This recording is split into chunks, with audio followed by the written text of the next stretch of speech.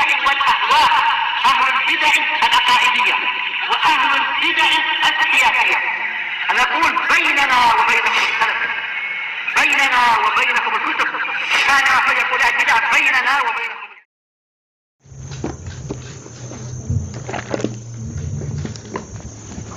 Bismillahirrahmanirrahim.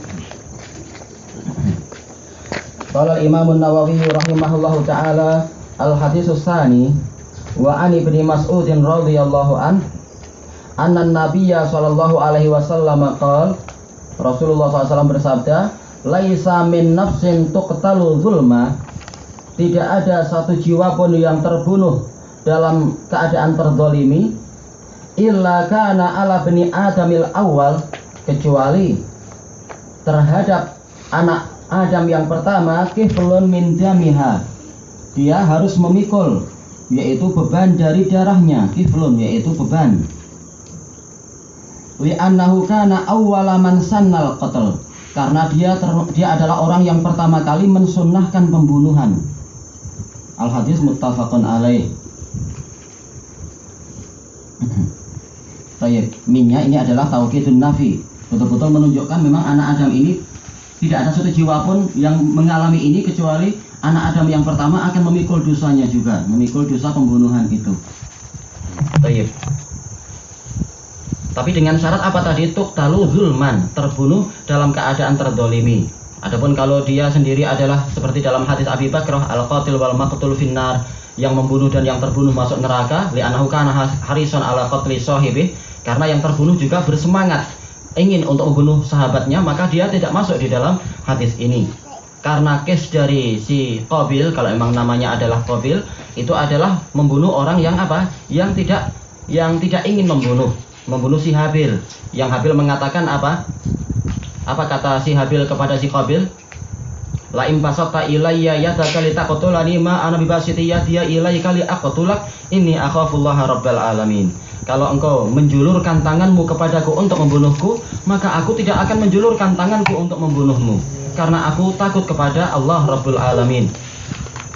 Jadi case-nya adalah membunuh orang yang tidak ingin membunuh, yaitu membunuh orang yang terdolimi istilahnya. Ya memang beliau terbunuh dalam keadaan terdolimi. Tayyib. Disebutkan di sini illa kana ala bani adamil awal kiflun min damiha. Ini termasuk dalil yang menunjukkan bahwasanya dosa itu memang apa? Dosa itu lahu siqal, bahwasanya dosa itu memang memiliki beban. Makanya dalam Al-Qur'an istilahnya adalah kiflun dan istilahnya adalah wizrun. Kalau yang kiflun seperti firman Allah Ta'ala, may yashfa' syafa'atan hasanatan yakul lahu nasibum minha wa may yashfa' syafa'atan sayyi'atan yakul lahu kiflum minha. Barang siapa memberikan syafaat yang baik, dia akan mendapatkan bagian dari pahalanya. Tapi barang siapa memberikan syafaat yang jelek, syafaat untuk kejelekan, maka dia akan mendapatkan beban dari dosanya. Jadi kifl memang dia adalah jadi dosa itu memang suatu beban. Adapun wizr sebagaimana yang telah kita lewati ayatnya itu. Wa min auzaril ladzina yudhillunahum bighairi ilm. Tayyib. Dari darahnya. Ini adalah apa? Ma'ruf di dalam ungkapan orang Arab bahwasanya pembunuhan hukum asalnya adalah dengan apa? Dengan iraqatud dima. Dengan apa? Dengan penumpahan darah. Makanya banyak sekali disebutkan di dalam hadis, yaitu apa? Pembunuhan itu diistilahkan dengan apa? Iraqatud dima. Sehingga disebutkan di sini dia juga apa? Dengan istilah darah. Walaupun belum tentu pembunuhan itu dengan apa? Dengan menumpahkan darah. Boleh jadi dengan cara al-khanaq, yaitu pencekian, boleh jadi dengan apa? Al-hadam, yaitu dia dijatuhi benda yang berat, yaitu benda runtuh, atau boleh jadi dengan al-gharik, yaitu dia tenggelam dan sebagainya. Boleh jadi dengan at-tahriq, pembakaran. Tetapi ini istilah yang paling umum, bahwasanya pembunuhan itu secara umum terjadinya adalah dengan penumpahan darah. Makanya sebagaimana dalam hadis Samurah bin Jundub itu, yang mana Rasulullah SAW mengatakan, faman istata'a an la yahula bainahu wa bainal jannah, ani kiflun min dam, atau bukan kiflun tetapi apa? Kafun min dam fala yaf'al. Maka barang siapa mampu untuk jangan sampai dia itu terhalangi antara dirinya dengan pintu surga oleh satu genggam darah saja, maka hendaknya dia lakukan itu. Memang gambarannya adalah dengan darah. Baik. Dan disebutkan di sini alasannya apa? Rasulullah mengatakan li'anna. Ini menunjukkan bahwasanya jami'us syara'i' tata'allal. Bahwasanya seluruh syariat itu ada illah, ada alasannya. Kenapa? Karena Allah Ta'ala memiliki hikmah yang agung. Tidak seperti ucapan Asy'ariyah bahwasanya Allah Ta'ala itu berbuat sesuatu tanpa ada hikmah. Bahkan ada hikmah. Segalanya diletakkan pada tempatnya. Pahala itu diberikan ada sebabnya. Begitu pula hukuman diberikan juga ada sebabnya. Sekarang apa sebab dari anak Adam ini? Dia hanya membunuh sekali, tapi dia harus memikul dosa seluruh orang-orang yang membunuh secara zalim. Li'annahu kana awwala man sannal qatl. Karena dia adalah orang yang pertama kali mensunnahkan pembunuhan. Bukan berarti dia punya niat semacam itu. Jelas secara umum orang tidak ada niat untuk orang mencontoh dirinya. Secara umum seorang pembunuh dia tahu ini adalah dosa, dia tidak ingin orang mencontoh dia. Adapun mubtadi' ini case-nya memang lain.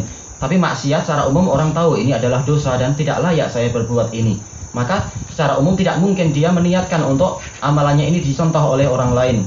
Tapi kenapa dia dihukumi sebagai orang yang sanna? Padahal hukum asalnya suatu perbuatan adalah apa? Dengan ikhtiar, adanya keinginan. Sementara jelas secara umum dia tidak ingin itu untuk dicontoh. Dijelaskan oleh para syurah, yang dimaksud adalah dia yang pertama membuka jalan itu, walaupun dia tidak ada niat untuk memberikan contoh. Jadi sanna di sini bukan maksudnya adalah membuat keteladanan, yaitu dalam artian bukanlah maksudnya dia ingin orang meneladani dia, tetapi yang dimaksudkan adalah fatahat thoriq, karena sunnah artinya adalah thoriq. Dia yang pertama kali membuka jalan pembunuhan. Sebelum itu tidak ada satupun case pembunuhan antara anak-anak Adam. Tapi dia yang memulai terjadinya itu, sehingga generasi-generasi berikutnya akan mudah untuk menempuhnya karena jalan sudah ada sebelumnya. Tayyib. Dan dijelaskan oleh Syekhul Islam dalam Majmu' Fatawa ketika membahas kisah anak Adam ini, bahwasanya kenapa dia memikul dosa? Bahwasanya ini menunjukkan bahayanya orang yang memulai suatu kemaksiatan walaupun tanpa ada niat untuk menjadi contoh. Kemudian beliau membawakan hadis ini, walaupun dia tidak niat untuk memberikan contoh, tetapi manakala dia memulai membuka jalan ini, maka dia akan memikul seluruh dosa-dosa orang yang mengikuti jalan tadi. Walaupun orang-orang tadi tidak ada niat untuk mencontoh orang ini. Boleh jadi banyak dari orang yang tidak tahu siapa ini si Qabil dan apa yang dia lakukan, orang tidak tahu itu. Tetapi manakala mereka menempuh jalan yang sama, maka yang membuka jalan pertama kali dia memikul dosanya juga. Ini bahayanya orang yang memulai suatu kejahatan.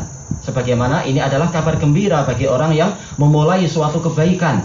Maka orang yang lain akan Maka orang lain yang menempuh jalan itu, maka yang pertama kali akan mendapatkan pahala.